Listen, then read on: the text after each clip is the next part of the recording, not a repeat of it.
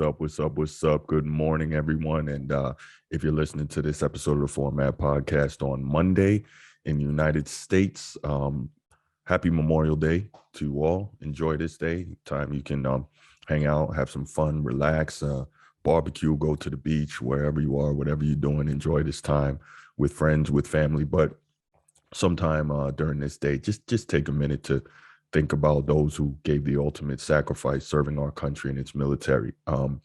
That's what Memorial Day is truly about, is just taking a moment to remember those and appreciate their sacrifice. So let's not forget to do that today. Okay, that out of the way, it's all set. We got a good episode of the format today. It is all set. The NBA finals are set. They're going to be starting Thursday night. Was that Thursday the 2nd? Yes, Thursday, June 2nd. It will be the Golden State Warriors and the Boston Celtics. This will be the Boston Celtics' 22nd appearance in the NBA Finals since the franchise was created. And they're going to be shooting to break the tie with the LA Lakers and go to 18 championships should they pull this out. One of these days, I will talk briefly about the Lakers and their quote-unquote 17 championships. Got some thoughts on that. Probably talked about it before, but I'll get back to it probably before this series starts or maybe sometime during the series, but not that important today.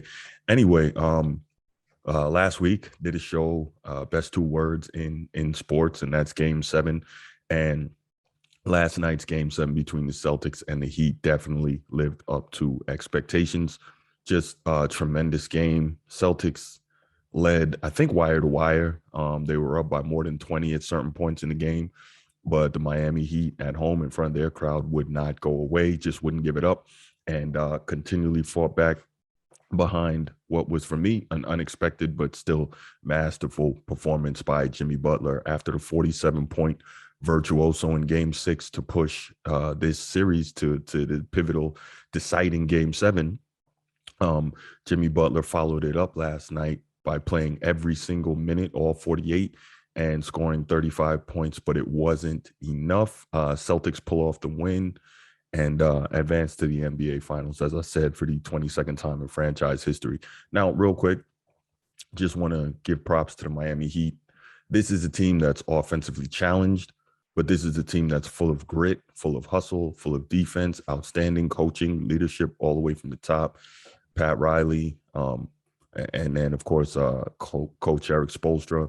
Then you've got on-floor leaders like Udonis Haslem, who pretty much doesn't play anymore. He's pretty much an assistant coach, but the guy has been there through the other championship runs of this organization. He's been key to those.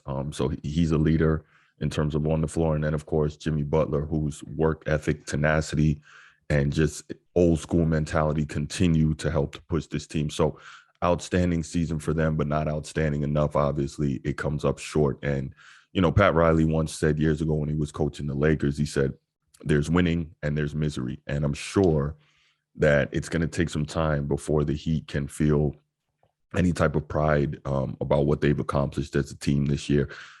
For I don't know for how long, but I'm sure they're going to be miserable, especially given the effort that they put out again as an offensively challenged team, pretty much relying on Jimmy Butler, and anything else, it would be a sporadic contribution from the other members of the team. But you know, congrats to them on a hard-fought series, really tough, played outstanding, great defense, just, you know, a lot of heart, a lot of guts, a lot of will, but Celtics were able to get it done. Now, Boston Celtics, flip side of that coin. They are on to the finals after years of knocking at the door. I think this is the third time Jayson Tatum and Jaylen Brown and Marcus Smart have been in the Eastern Conference Finals together, and they finally managed to push through. Al Horford's been in the league, I think, 15 years, maybe 16. This is his first trip to the NBA Finals. The Celtics roster has a combined 0 games experience in the NBA Finals, so this is going to be an uphill climb against a battle-tested multiple-time champion in the Golden State Warriors. But for now, you got to wonder, is the Celtics youth going to be something, not just the youth, but the youth, the athleticism, the length, the defensive versatility, all that's probably going to cause the Warriors problems. And for all the Warriors, great experience, championship know-how and all that, the Celtics don't know what they don't know. So they're going to go in there and they're going to play, right? Obviously, they're extremely well coached. Ime Udoka, he has just been outstanding defensively, basically since January of this year. Celtics been the number one defensive team in the league. That's been their calling card. There's a lot of times that they play sloppily on offense, turn the ball over a lot, shoot a lot of threes to my own consternation, don't always make them. But the defense has been their calling card, and that's what's been able to get them this far. So it's going to be a tremendous, tremendous matchup. Really looking forward to seeing this one. It's been a long road, obviously, throughout this season. Feels like it was always meant to be this way. Difficult, obviously 2 Game 7s in the last 2 series, and shows what I said about our group, that we fought through a lot of adversity this year, a resilient group, and tonight seemed to kind of typify our season. And had a 17-point lead, we led start to finish, so that was good. We got off to a good start, but can't ever quite slam the door, but have to grind it out. And bottom line is, if we hold somebody in the 90s, we feel good about ourselves. So this is a typical Celtics win.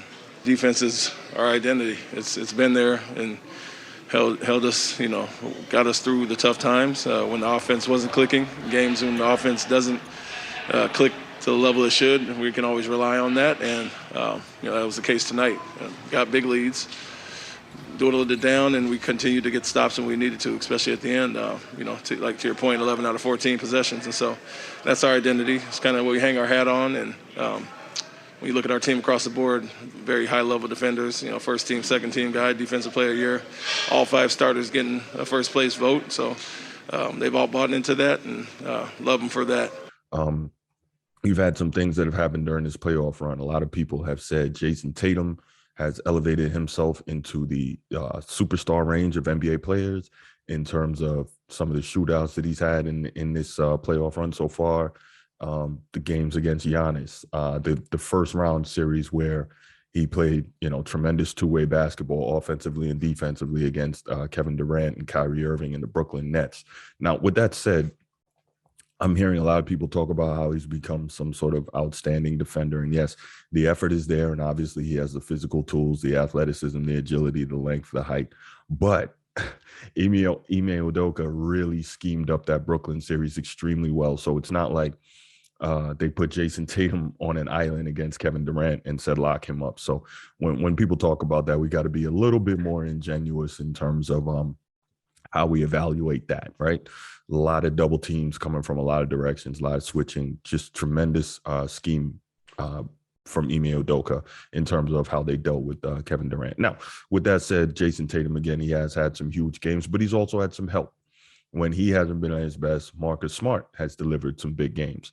When he hasn't been at his best, Jaylen Brown has delivered some really big games. So, for instance, between the 3 of them, Smart, Jaylen Brown, and Jayson Tatum, 74 points last night. And that was enough to be the catalyst to get the Celtics over the hump. Of course, the defense notwithstanding, but on the offensive side, 74 points between those 3 players. So obviously very important. And, you get other role players chipping in and making huge contributions. I think you look at the 25 points and the 7 threes from Grant Williams in Game 7 in the second round against Giannis and the Bucks.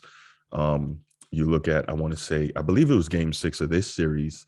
You see Danny White with his playoff career high. So, guys are stepping up. They are doing what they need to do.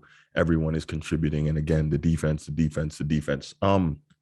Quick note, you have a bit of controversy. You have some people who can't stand NBA officiating, and a lot of times it's bad.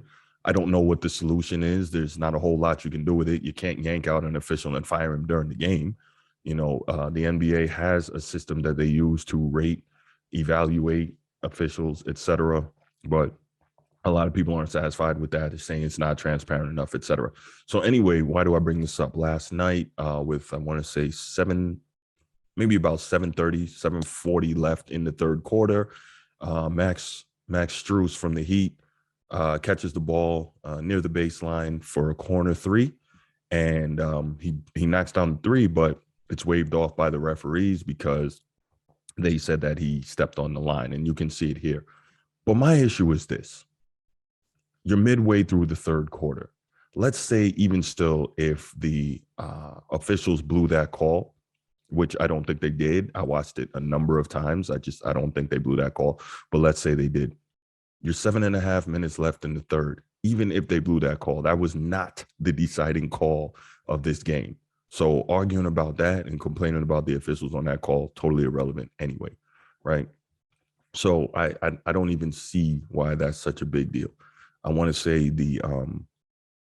I can't remember the exact score at that time, but it was, it was within 10, but it wasn't a one score game or even a two score game that the Celtics were leading at that point. So yeah, it could have been a three. It got taken off the board again, in my estimation. From what I saw, he did step on the line, however briefly. So the ball is out. He's out of bounds, and that's a turnover. But at the end of the day, the score or the time left in the game was not close enough for that to be a deciding factor in why the Heat didn't come out on top. So, congrats to the Celtics. Looks like they're ready. They're ready to go. They got a couple days off and before the final start Thursday night. So today's Monday. So 4 days till the final start. Definitely opportunity to get a little bit of rest, but then get the game plan in order and focus on the prize. If you're a Celtics fan, you know this. The Boston Celtics don't celebrate Eastern Conference Finals championships. They don't hang that banner. They don't. The only thing that matters in Boston is championships. So we're going to see if they're going to be able to pull in number 18. That's a heck of a matchup. And what we've got there, again, I mentioned it earlier, Golden State is obviously uber talented offensively. They play very good defense too, but they're uber talented offensively, but they're not a big team. We know they can shoot the lights out. You got the Splash Brothers, obviously Steph Curry, widely regarded as the greatest shooter of all time. And then you got his running mate, Klay Thompson, who looks like he's back in form. Game 6, Game 7, Klay, whatever you want to call it. He's a guy that seems to always come up big in those games where they need him the most, knocking down shots. Of course, you got the heart and soul, Draymond Green. Andrew Wiggins, who can be a Swiss Army knife. He is athletic. He's explosive. He can really defend. And then when you least expect it, he can drop 25 and really score some points. Jordan Poole off the bench, he can give you 25, 30. There's a lot of options and a lot of ways to go with this team. But one of the biggest things, again, I mentioned, they're a small team. Now, that clearly doesn't mean anything at this point because they've won 3 championships playing this way. But why do I bring up the point of them being small? Because Boston Celtics, long, athletic, physical defensively, got a lot of guys around the same size. They can switch a whole lot. You got a young athletic guy in the middle in Robert Williams who can switch. He can do drop coverage. He can cover the rim, but still get out to the perimeter. He can really move around. This is a team that's designed to be able to defend pretty much everything that you can throw at them from a physical standpoint. And then again, with the, I want to say, ingenious defensive scheming of Ime Udoka, it is going to be a real chess match because the Warriors don't play the type of basketball that the most of the rest of the NBA plays, which has allowed them to have success, right? It's not just, 4 out shooting a ton of threes. It looks like they shoot a ton of threes because they make a lot because they have those great shooters, but that's not it. There's tremendous off-ball movement. They're actually running real actions. Everything is not just, looking for the pick and roll and hunting the mismatch. They do that sometimes, but that's not everything. Like there's a lot of teams where the offense is pretty much variations of the pick and roll and looking for a mismatch, try and take advantage of that. Well, Golden State doesn't have to do that because they run real offense. Steve Kerr uses elements of the triangle. Obviously, he played with Michael Jordan under Phil Jackson in Chicago. He uses elements of the motion offense that he got from Pop in San Antonio. So he's using an amalgam of this, and that's why they talk about the beautiful basketball. Even Kevin Durant, before he got there, he talked about how beautiful the basketball was that they played. And then when he arrived there as a Golden State Warrior, he talked about that some more, how much he loved playing it. Obviously, towards the end, he decided that, they needed more ISO ball instead of running all the offensive sets, et cetera. And he has the skill set to allow for that. I get it. But anyway, this is not about Kevin Durant. The point is the Warriors present a myriad of different challenges in terms of the way they play basketball. Also, if you're going to look at the season splits, nothing really to gain there. They're 1-1 on the season against each other. And coincidentally, both teams won on the road. Golden State won in Boston, Boston won in Golden State. So don't even really know, what we have to look forward to. Obviously, Uh, you wonder if it's time for Steph Curry to finally get that elusive Finals MVP. If it's time for him to really go off in the finals. Steph Curry and Marcus Smart, really interesting matchup. We know Smart, physical, strong guy. Is he quick enough to stay with Steph Curry consistently? Maybe not, but then again, he probably doesn't have to be because, as we talked about, the Celtics are built defensively to be able to switch everything. Got a lot of athletes and a lot of guys who can do a lot of things on the defensive end of the floor.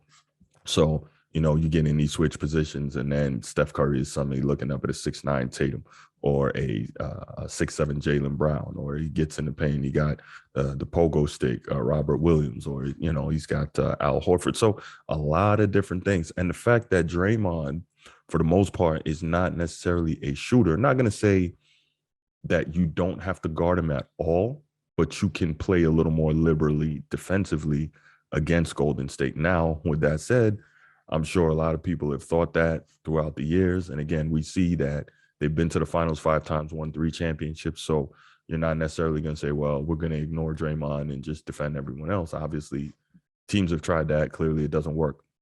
I'm really looking forward to this matchup in terms of the basketball.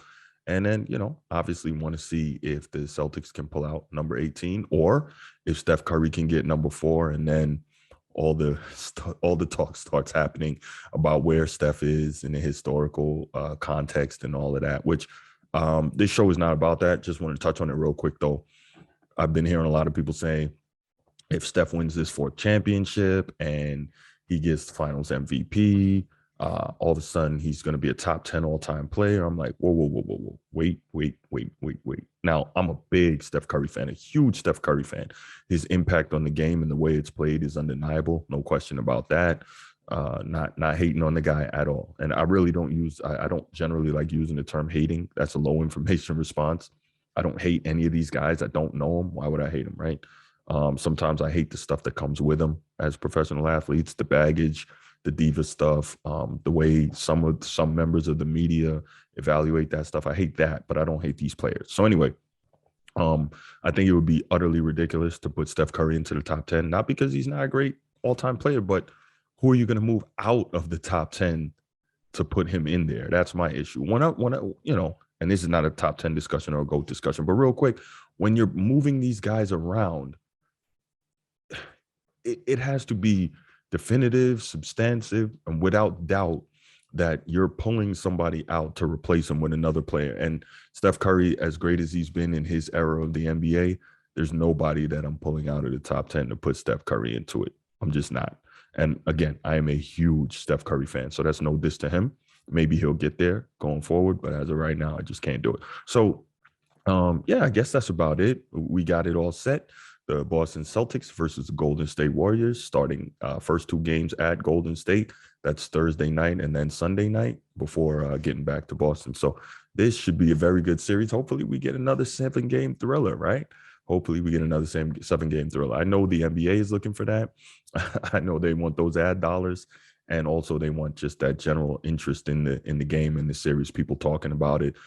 People discussing it, barbershops and all the sports talk shows and people writing articles and all that. Because this NBA offseason just doesn't look like it's going to be that exciting. But anyway, got some more big stories going into that offseason. Kyrie and LeBron and Ben Simmons and Harden and, got some stuff going. Maybe Zach LaVine moves and whatever. But we'll talk about that at another time. So let's just get ready, relax for a few days. Again, enjoy your Memorial Day today if you're in the States. If not, enjoy your Monday or whenever you're listening to this. And that's about it. So you know what you got to do before you get out of here. If you haven't already subscribed to the podcast, please click that subscribe button, lower right corner of the screen. Click the notification bell so you'll be notified whenever new episodes come out. If you want the audio only version of the podcast and you're on YouTube right now, you can look on the screen. You can see all the different places we are. If you're not on YouTube, you're listening to the audio version. We're pretty much available wherever you get your audio podcast. Just type in the Format Podcast. We're available places like Google, Podbean, Stitcher, Spotify, Apple, wherever you get your audio podcast, you can find us. All right. So definitely thanks for tuning in. Also, make sure you click that like button. Give us a like.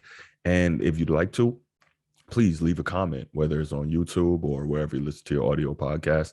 And finally, if your audio podcast allows it, please give us that 5-star rating. The comments, the ratings, all that stuff helps us move up in the algorithm so that we can be found. All right. And if you like the pod, you enjoy the content, please share it with other people you know that love sports. Don't keep it to yourself. All right. Well, thanks so much for tuning in. See you next time. And I'm out. Peace.